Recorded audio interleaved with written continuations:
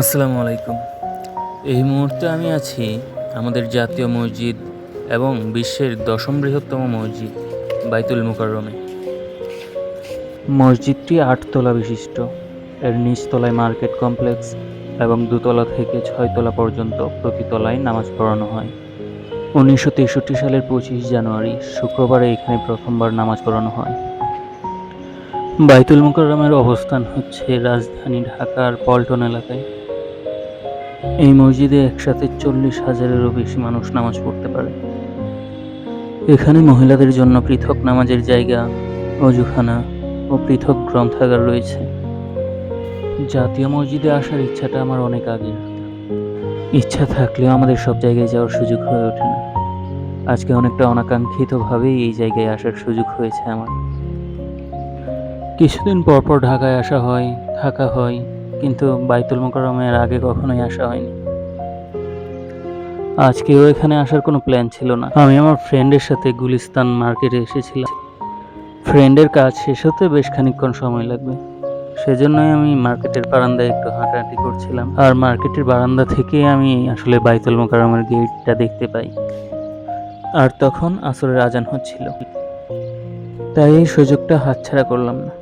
ফ্রেন্ডকে তার কাজ শেষ করার কথা বলে আমি নামাজ পড়তে চলে আসলাম। কিন্তু আমার আসতে একটু দেরি হয়ে গেল।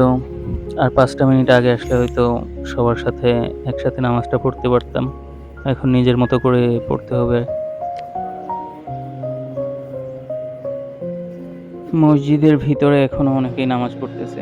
কেউ কিছু মনে করবে এটা ভেবে আর মসজিদের ভিতরে ভিডিও করলাম না। রোজা রেখে সারাদিন ঘোরাঘুরি করে যে পরিমাণ ক্লান্ত হইছি, মসজিদে এসে ওযু করার সাথে সাথেই মনে হচ্ছে সব ক্লান্তি দূর হয়ে গেছে। আর নামাজটা পড়ে মনের মধ্যে একটা প্রশান্তি কাজ করতেছে। এই যে একজন তার বাবার সাথে ছবি তুলতেছে। বাবার ইচ্ছা পূরণ করার জন্যই মনে হয় এখানে নিয়ে আসছে। কত শ্রেণী পেশার মানুষ এখানে একসাথে এক কাতারে দাঁড়িয়ে নামাজ পড়ে। কিছুক্ষণ পর আবার ইফতারের সময় হবে, তখন আবার সবাই একসাথে বসে ইফতার করবে। ভিতরে দেখে আসলাম ইফতার পরিবেশনের প্রস্তুতি চলছে। সম্ভবত কয়েক হাজার মানুষ এখানে একসাথে বসে ইফতার করবে। আমারও ইচ্ছা করছিল এখানে ইফতারটা করে যাই, কিন্তু আমার ফ্রেন্ড এখানে আসতে পারবে না এখন। তাই ফ্রেন্ডকে নিয়ে বাইরেই ইফতার করব একসাথে।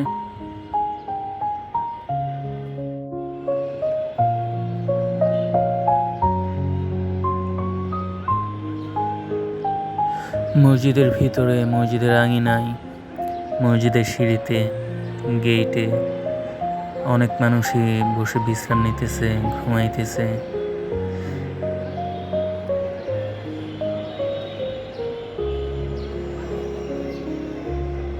ঠিক আছে, তাহলে আজকে এ পর্যন্তই।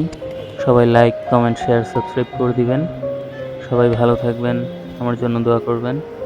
আসসালামু আলাইকুম।